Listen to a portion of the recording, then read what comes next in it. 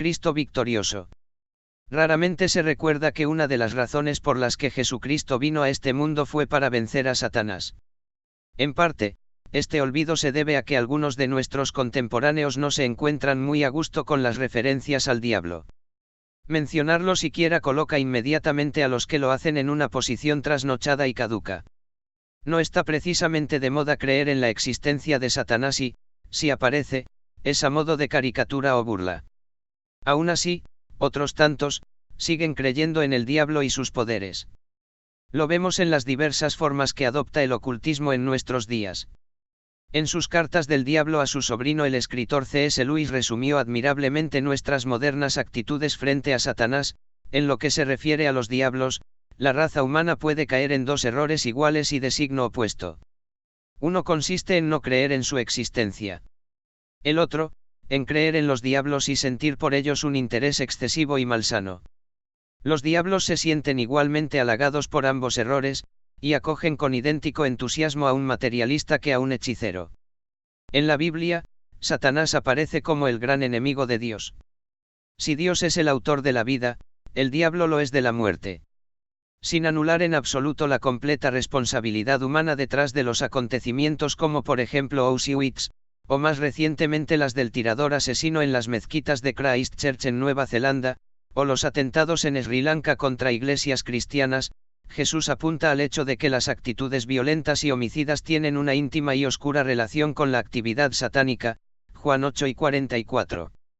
Por eso, el Nuevo Testamento conecta la obra de Cristo en la cruz con la derrota de Satanás y de todas sus huestes. Cristo ha venido a traer vida y vida en abundancia, Juan 10:10.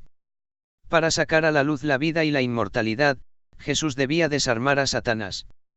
En el Evangelio de Lucas, por ejemplo, leemos que, cuando el hombre fuerte armado guarda su palacio, en paz está lo que posee.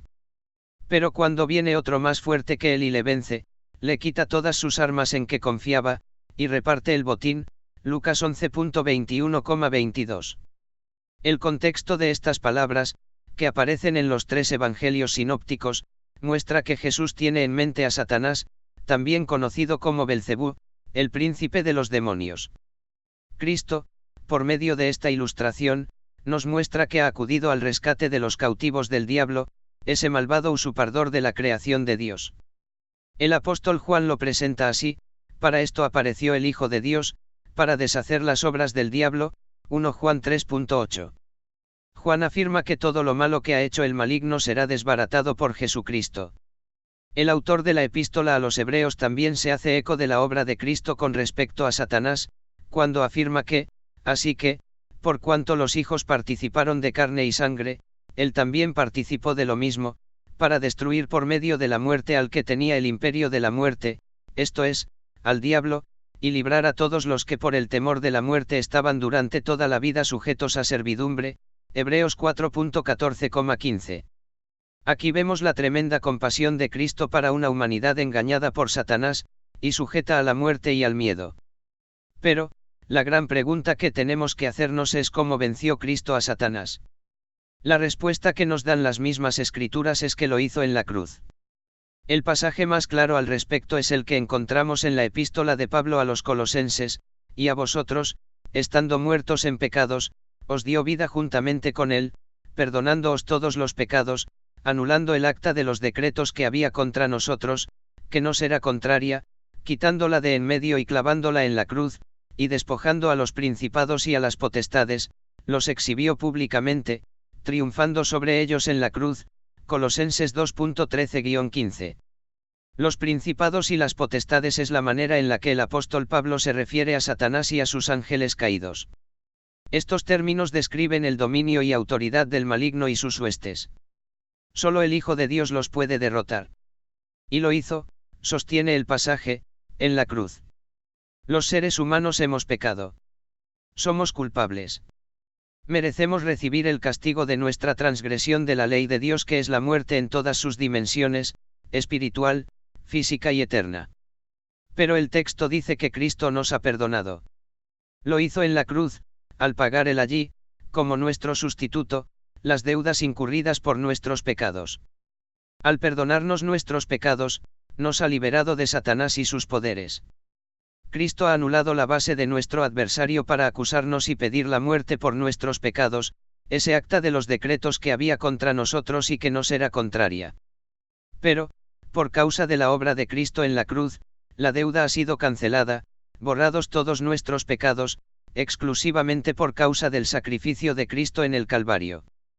Por eso Pablo, después de los acontecimientos del Calvario, puede afirmar confiadamente: ¿quién acusará a los escogidos de Dios? Dios es el que justifica, Romanos 8:33. Por ello, en el libro de Apocalipsis leemos que la iglesia que Cristo ha redimido ha vencido a Satanás, por medio de la sangre del Cordero, Apocalipsis 12:11. Nuestros adversarios diabólicos han sido derrotados, desarmados y degradados públicamente por la victoria de Cristo en la cruz. En el lenguaje simbólico de Apocalipsis nuevamente, Satanás ha sido lanzado fuera, Apocalipsis 12:9-10. La confirmación de esta victoria de Cristo en la cruz es precisamente su resurrección de entre los muertos. Si Cristo no hubiera cancelado nuestros pecados en la cruz, entonces no se habría levantado de entre los muertos. El apóstol Pedro declara que, al Cristo resucitado y ascendido hasta la diestra de Dios, le están sujetos ángeles, autoridades y potestades, 1 Pedro 3:22. El anuncio de la resurrección es asimismo el de la derrota de Satanás y sus huestes que tuvo lugar ya en la cruz. La resurrección es la demostración más palpable de la victoria del Hijo de Dios sobre el pecado y Satanás, es la vindicación de Jesús como el Hijo de Dios, Romanos 1:4. Pablo añade que solo resta la abolición de la muerte misma en la segunda venida de Cristo. El cristianismo es, fundamentalmente, el anuncio de una victoria y de un vencedor, Jesucristo. Ese triunfo es, igualmente, el de su Iglesia, ya que la victoria del Señor Jesús se extiende sobre todos los que creen en Él y vienen así a ser suyos. Es verdad que la consumación del triunfo está por llegar todavía, con la segunda venida de Cristo. Entonces, hasta la misma muerte será destruida, 1 Corintios 3:26. Mientras tanto, tenemos que resistir al diablo, todavía continuamos pidiendo en oración: no nos metas en tentación y líbranos del malo, Mateo 6:13. Pero rogamos con esperanza, sabiendo que es un enemigo vencido. Este es el gran y glorioso mensaje de la fe cristiana: celebramos a un vencedor, a Cristo Jesús. A aquel que ofrece ese triunfo a todos los que le reciben por fe como Señor y Salvador. Es Él tu Señor y Salvador.